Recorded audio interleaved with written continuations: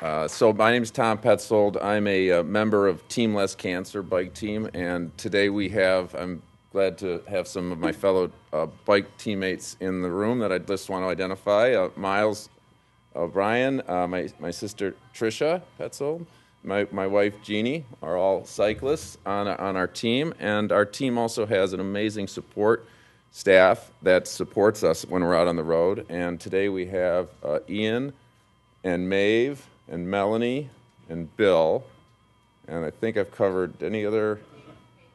Katie, of course. How can I forget Katie? So you'll see the ratio of support to riders is, I'll get to that in a minute, but that's about indicative of one of the reasons we love this ride so much. This ride is about 7 years ago. It was the idea of one of our teammates, Susie Tobias, to give herself a personal challenge in dedication to a good friend of hers who she had lost to this disease, who is Miles' sister and my cousin, Ilene. And so Susie sought to ride a bike from about 275 miles, which is way beyond anything she'd ever conceived of. But she set a goal to it, and she did this 7 years ago with the help of one of her friends who are very accomplished cyclists. And the two of them made this journey, and it was from that idea that they did that every year since this ride has grown. And I became involved in it in 2014, and have been riding it ever since with my wife, and we've really enjoyed this ride. And I will say, from a background of cycling, it's unlike any other biking we've ever done, and I'll talk about that in a minute. I will say, though, today when Bill invited me, he told me there was no PowerPoints and you wouldn't be able to bring in any props for this, and I was a little disappointed because it was going to be very important to have this.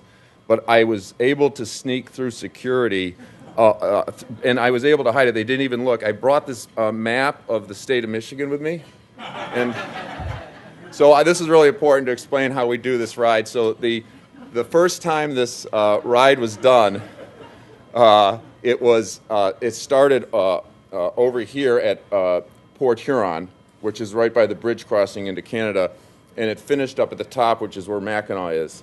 And there's a big sailboat race you might have heard about, the Mackinac race, and the idea was for the riders to leave approximately when the boats left and see if they could beat the boats, which they did. And so that was the beginning of the ride, is to ride that side of the state. And then when I got involved and I think one of the reasons I'm here today is because after the first year of that ride, I raised my hand and told the group that I knew of some better roads from having biked throughout Michigan for many years. And they said, okay, then why don't you organize and run the ride? So that's how I got to the job, by speaking up about criticizing some of their road choices. And so what we did is we moved the course. The next year, we lengthened the course, and we started down in Detroit out on Belle Isle, so right on the Detroit River. And then we finished up in Petoskey, which was across here. So we really cut from one side of the state across, and one of our teammates thought that we should name the ride Split the Mitt. So hence, our ride has now been since known as Split the Mitt. And every year we've adjusted the course for differing reasons, to promote it differently, or in some cases, recently we discovered that Traverse City has a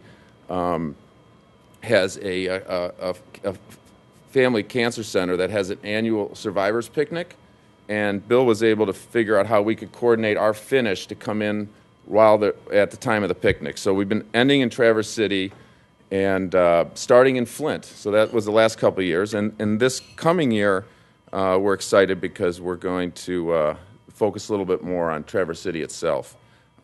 Traverse City, by riding this year in Traverse City, we're going to be where the Grand Traverse Bay is, right here, where that pinky is. That pinky has some of the best bike rides in the entire state of Michigan. So we're going to ride through there, and we're looking forward to that. I will say just touch on why this bike ride is so incredible from a cycling standpoint. First of all, when you go on these distances and you do the point to point, psychologically it is way easier to cope with sometimes we'll do 150, 170 miles in a day, but if you're doing an out and back, it feels very different. It feels a lot longer. But when you're constantly getting further away from where you start, it really helps. But to do something like that takes a tremendous amount of support. And that's why we're so fortunate the way the Less Cancer organization supports this ride. It's unbelievable. And every couple to 3 hours, there's just a rest stop where we pull in and we get replenished and nourished, and there's a attention to safety unlike any other bike ride I've ever been involved with. The other thing is there's a culture to this bike ride that is about teamwork.